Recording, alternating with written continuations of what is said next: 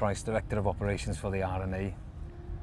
Iconic venue, iconic clubhouse here at Royal Birkdale. Forget for a second that I'm working or I'm a fan. Can you pretend that I've just qualified for the Open? I've just arrived in the Mercedes-Benz. What do I have to do? What are the processes I have to go through before I get to tee up on the first tee? Well, first of all, congratulations. Oh, thank you very much. What an exciting time in your career to be playing in a major championship. Well, you're very well looked after for a start. You'll arrive in your beautiful Mercedes-Benz, you climb out the Mercedes-Benz, you're looking for probably the iconic clubhouse that you refer to. And inside there, over a player's bridge that will take you in, will be registration, very important place to go. Very important to get all your badges, the beautiful silver buckle that you'll wear as a proud player in the Open. All of your guest badges for your friends, your family. The stroke savers that you get 4 stroke savers, as if one isn't enough. I need them. You do, fair enough. Meters, yards, meters all weather, yards all weather, a green book.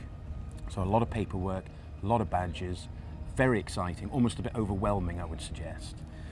So from that point, you're going to move on and start thinking of your own golf. Practice ground, the practice putting green, the practice ground, and making your way ultimately to the first tee. And do you then have a locker for yourself, or is that something that's designated for former champions only? You do get your own locker. It's a beautiful locker room that we have here at Royal Birkdale. There's a special corner of the locker room that we do every year, which is the past champions area. I'm not in there yet.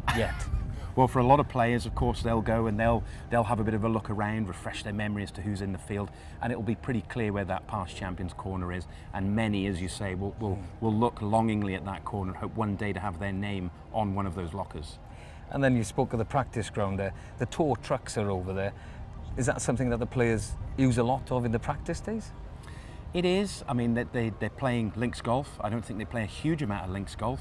They come off the back of the Irish Open, the Scottish Open, and move on to their 3rd links course in a row. But even during those 2 or 3 weeks, they will be tweaking their clubs, reducing loft, shaving the sole, to bear the brunt of the lies that they have. It's very tricky around these links courses. So yeah, a lot of fiddling with the golf clubs.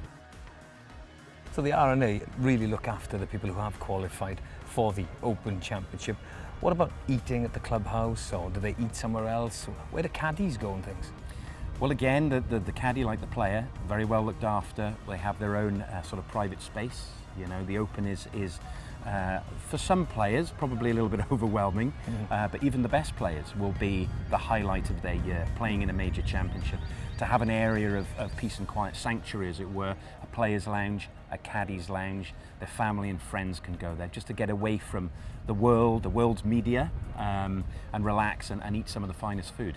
You spoke about the walk. They'll knock a few balls on the practice range, they'll get to the putting green, they'll get the speed of the green there, well, kind of get the feel for it, but then they have a walk over a bridge here at Royal Birkdale before they get to that first tee.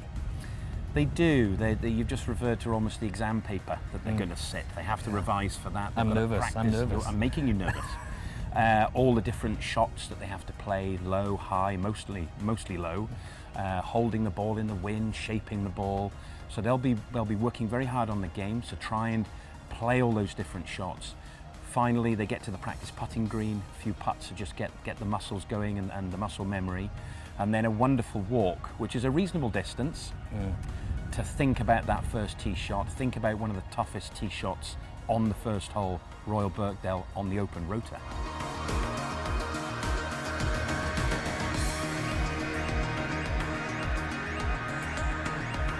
Rodri, my journey is almost complete. I've made the long walk over the bridge and I'm on the first tee. That's what awaits us. What is it? Tell me about the first tee here at Royal Birkdale and the first hole. We've got a strongly dog-legging hole right to left, out of bounds waiting on the right-hand side. The wind pushing you teasingly towards that boundary. But you've done your revision, you've looked at the course, you've had 3 or 4 days, you shouldn't have a problem. Yeah. And the decision is 240 yards to carry the bunker on the corner, or do you go back, play safe, and have that longer, more testing hole going into the green?